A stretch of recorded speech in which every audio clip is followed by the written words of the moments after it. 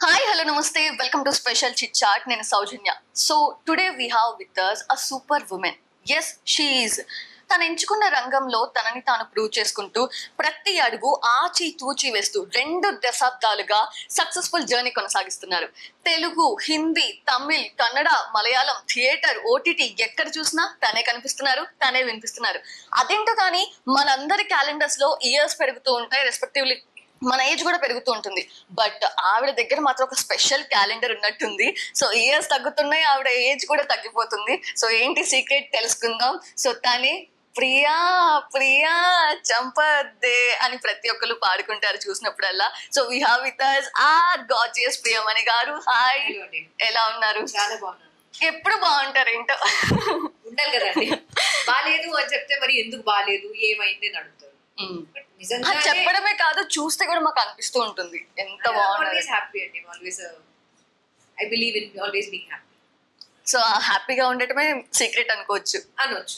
Okay, so భామ Kalapam season 1 అంటే first season ఒక మార్క్ సెట్ చేసిన తర్వాత ఆడియన్స్ లో ఎక్స్పెక్టేషన్స్ నెక్స్ట్ లెవెల్ కి వెళ్ళిపోతాయి సెకండ్ సీజన్ వస్తుంది అంటే.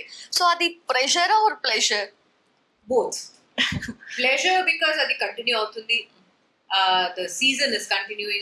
Okay, మళ్ళీ సీజన్ అంటున్నారు, but the franchise is continuing. Yeah, correct word.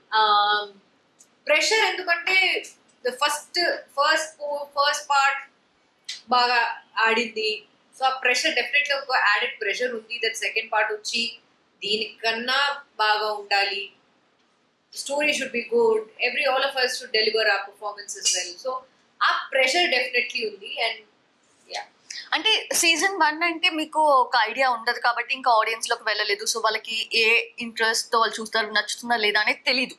So out of knowledge చేస్తారు. బట్ సీజన్ 2 అనేసరికి, ఫ్రాంచైజీ అనేసరికి మీకు ఒక ఎక్స్పెక్టేషన్స్ ఎలా ఉన్నాయి, మీరు కనిపిస్తున్న ప్రతి దగ్గర ఆడియన్స్ ఏం చెప్తున్నారు మీకు అర్థమవుతుంది. సో దాన్ని బట్టి సీజన్ ఈ భామ కలాపం 2కి ఏదన్నా మీరు యాడ్ ఆన్ చేశారా from your side?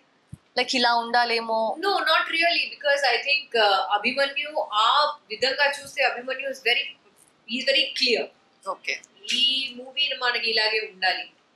In between okay, as artist ఏమైనా అనిపిస్తే I think we have the freedom to tell him that Abhi నాకేదో ఇలా అనిపిస్తుంది, కొంచెం చూడండి, డైలాగ్ ఇలా ఉంటే బాగుంటుందా, అనుపమ ఎందుకు ఇలా చెప్పాలి, I talking about my character person. Anupama ఎందుకు ఇలా చెప్పాలి, అనుపమ యాక్చువల్లీ కొంచెం దీంట్లో. సో ఆన్సర్స్ ఉంది. I mean definitely most of the questions కి ఆన్సర్స్ ఉంటుంది. అభికి హీ హాస్ ద క్లారిటీ ఉంది. సో హీ సేస్ లేదు మేడం నాకు ఇలాగే, బికాస్ ఇది ముందు అయ్యింది కాబట్టి ఇప్పుడు ఇది ఇలా చెప్పింది, వాట్ ఎవర్.